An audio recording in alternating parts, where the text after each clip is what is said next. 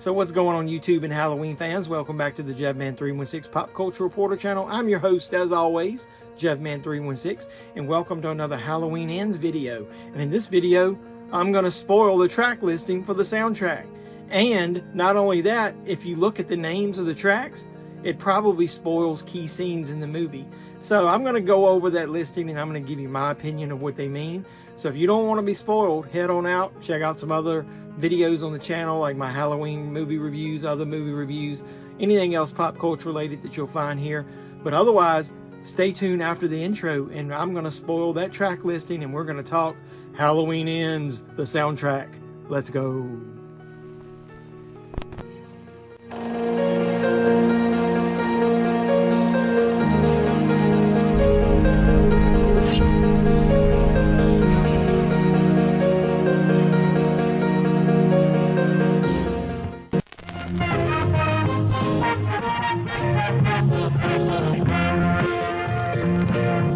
So yeah, I'm just going to go ahead and run down the track listing. I'll put it on the screen what the name of the track is. There's 20 tracks, and most of them are pretty common stuff, but there are a few that I think is going to give some insight to prove some of the theories that I've been given on the channel as far as Corey, his involvement, the storyline, all that kind of stuff. So let's just dive right into it. So track number 1 is called Where is Jeremy? What does that mean? Well, I think Jeremy is now going to be the name of the little boy that Corey is supposed to be watching in that first act. Check out my video where I spoil basically the first act of what happens. That child dies. Now, I thought that child's name was Johnny. I've called him Johnny in videos. I got that from other YouTubers, other news sources that I had. But it looks like the character's name is going to be Jeremy. So Corey's in the house. He's looking for where Jeremy is, and this is the music it probably plays when he's worried about what happened to Jeremy and where's Jeremy. So the next track is Main Titles. And so that's obviously going to be the classic Halloween theme, remixed, redone for Halloween Ends. I don't know about what kind of pumpkin montage we're going to get. If you guys heard anything about that, if you have, put some comments down below and let me know. The next track is Laurie's Theme Ends. Now, I think I don't read too much into that. There's always a Laurie's theme that John Carpenter created originally for Laurie and all the movies that her character's in. And I just think that means Laurie's theme ends. It's for Halloween Ends. It'll be the last time you hear her theme. The next track could have a spoiler, The Cave. What do I think that means? I really do think this name of this movie, Halloween Ends, during production was The Cave Dweller. I think that's where Michael's been hiding. There's obviously going to be a time jump if you watch my video or listen to what other people say. After Corey has the accident with Jeremy, there's supposedly a 4-year time jump. Michael, that whole time, would be dealing with the effects of what happened to him at the end of Halloween Kills. He's probably been living in a cave. I think that's what that means. You're going to see Michael for the first time. So the next track is called Cool Kid. I'm not exactly sure what this one would mean, but I think since Corey is going to get bullied by kids at school, or I'm not exactly sure how old he is, if he's already out of school, is going to be bullied by teenagers. So it could be that this is one particular one that they show the details of what he does to bully and harass Corey. So maybe that's what that is. And the reason I say that is because of the next track. Drags to the Cave. I don't think Corey knows that Michael's in this cave. And I think that Corey is going to have some kind of fight or something with this person, maybe the cool kid in the track before. He's going to end up beating him up, doing something and dragging him into this cave. And I think that might be where he first finds evidence of Michael. The next track is called Evil Eyes. I think that might be the first time we actually lay eyes on the man himself, Michael Myers. Get it? The blackest eyes, the evil eyes. I'm thinking that maybe this might be where maybe there's a POV shot of Michael and he's watching Corey and what he's doing to this other person. Just a guess. I'm not sure. What do you guys think?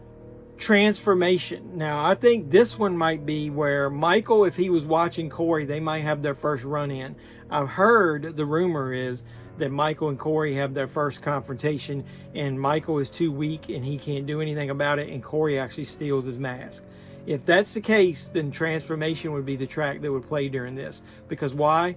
When Corey puts that mask on for the first time, he transforms into a version of the shape that he's going to use that mask to disguise the evil things that he's going to do.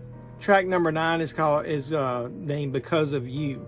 Now, I think this might be Corey blaming other people for the situation that he's in. So he's obviously going to get blamed for the accidental death of this child that he was watching, Jeremy, and it's going to basically put his life in a tailspin. I think this is going to be where he interacts with some people that he blames, maybe even the parents of the child. Maybe there's some kind of confrontation that's set up, or some type of meeting that he was unaware of, to where he actually meets the parents and he blames them, because he's like, you put the wheels in motion of people thinking that I really did kill this child on purpose and that it was my fault. Because of you is the way I'm living right now. Requiem for Jeremy. I'm wondering if this might be, Corey's probably got the mask at this point and he might be seeking revenge. Requiem, I think, means like an act of remembrance. And so this is to remember Jeremy. So I'm wondering if he has some kind of confrontation, like I said, with the parents, and maybe he ends up ultimately killing him. I think, from what I've heard, that this photo here that was displayed recently on the internet, I think from Empire, that everybody's claiming that this is not Michael, that this is Corey. So maybe that's Jeremy's mother and he's attacking him. I'm not sure. But he's doing something in remembrance of what happened to Jeremy. So Kill the Cop is the next track, and that's pretty telling. I'm not exactly sure whether Corey's going to do it, but this could be the first kill of Michael, because I'm just going to tell you, there supposedly is a cop that really does blame Corey for what happened to Jeremy, and he won't let it go, and he harasses him a lot. And so I'm wondering if this cop is going to end up chasing after, or suspect, that Corey had something to do with some people that are dying or disappearing or something. And that if he does, he could chase him where? Maybe to the cave. And this might be where we get Michael's first kill. So track number 12 is Corey and Michael. So if Michael killed the cop and it was because Corey got him near the cave or whatever, this could be the first time that Michael and Corey literally come face to face, where they see each other for an extended period of time, where Corey discovers him. Maybe he sees that Michael's injured. Maybe this is where they make their connection. Not sure, but it's obviously a scene that both of them are involved, because it's called Corey and Michael. The next track is Corey's Requiem. And like I said, that means like an act of remembrance. So this is because I think Corey, for everything that's happened to him, this is where he maybe wants to get his revenge. Maybe he leads some of these people that bullied him to Michael, or maybe he killed them himself with the Michael Myers mask on. So you got a lot of possibilities with that one. Now the next one, track 14, is really telling, The Junkyard. We all know that there's a scene in the movie because we saw a screen cap that was posted online, I think on Twitter or whatever, from some of the last days of filming, where Jude Courtney was said that he was, I think, in a junkyard. So the junkyard to me could be a possible place where Corey works, and because that might be where he gets some coveralls, because he's going to need those, right? Because I don't think he'll take Michael's and have Michael running around naked. But either way, with that being said, I think Corey may end up taking Michael to the junkyard to, I don't know, to take care of him. To maybe they've got this this weird connection, this weird bond, and he wants to get Michael out of that cave and actually take care of him. Maybe they're like kindred spirits at this point. So track 15 is called Where Are You? And I think this is going to be where Corey finally gets to Lori's house and he's looking for her. Where are you?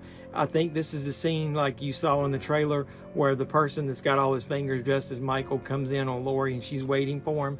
So I think, this whole time with people disappearing and people getting killed, they're suspecting that Michael could be back. They don't know that it's Corey, but Corey goes in to find Lori, and that's what this track means. So track 16 is Bye Bye Corey. I think that at this point he's in the house that either Lori or Allison think they're going to take care of Corey. Now this is where it's going to get ambiguous, because based on all the different endings that they filmed, Corey may not die.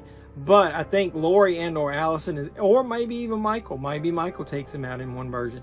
They're going to think at least that Corey has been taken care of and killed at this point.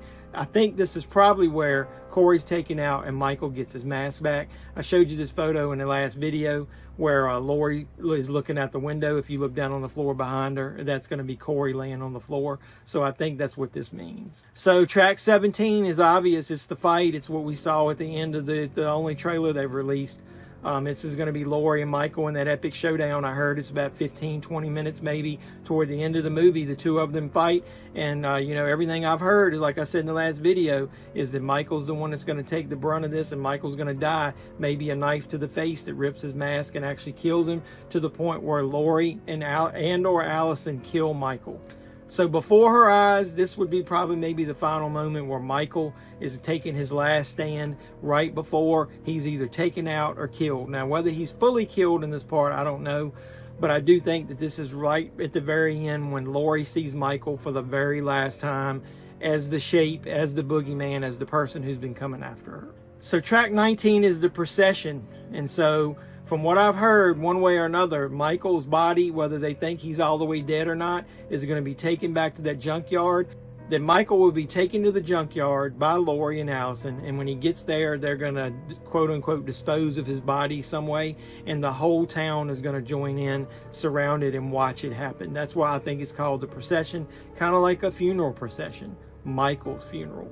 And the last track, number 20, is called Cherry Blossoms. And I think this is just going to be more of a wrap-up, like an epilogue type track. It's not going to be, you know, anything over the top. It's going to be melancholy. It's going to be Laurie. Her life is wrapped up. She survived. Michael's dead. She's writing her memoirs. And her and Allison can go on with their life. So, you know, it's more of a happy track, maybe the only one on the whole soundtrack.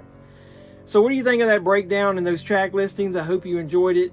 If you did, put some comments down below. I'm probably wrong about some of this, but I think I'm pretty close on a lot. So let me know down below. Always support me. Like, comment, subscribe, share. Like I always say, do all that on my videos. Please get these videos out there. I want to grow this channel, and I can only do it with great people like you watching. So check out my Halloween movie reviews of all the Halloween movies. Every movie in the franchise is what we're reviewing. And check out all my other Halloween Ends videos. I break down a lot about the plot points, about Corey. I just can't stand that character, and you'll know why I watch those videos.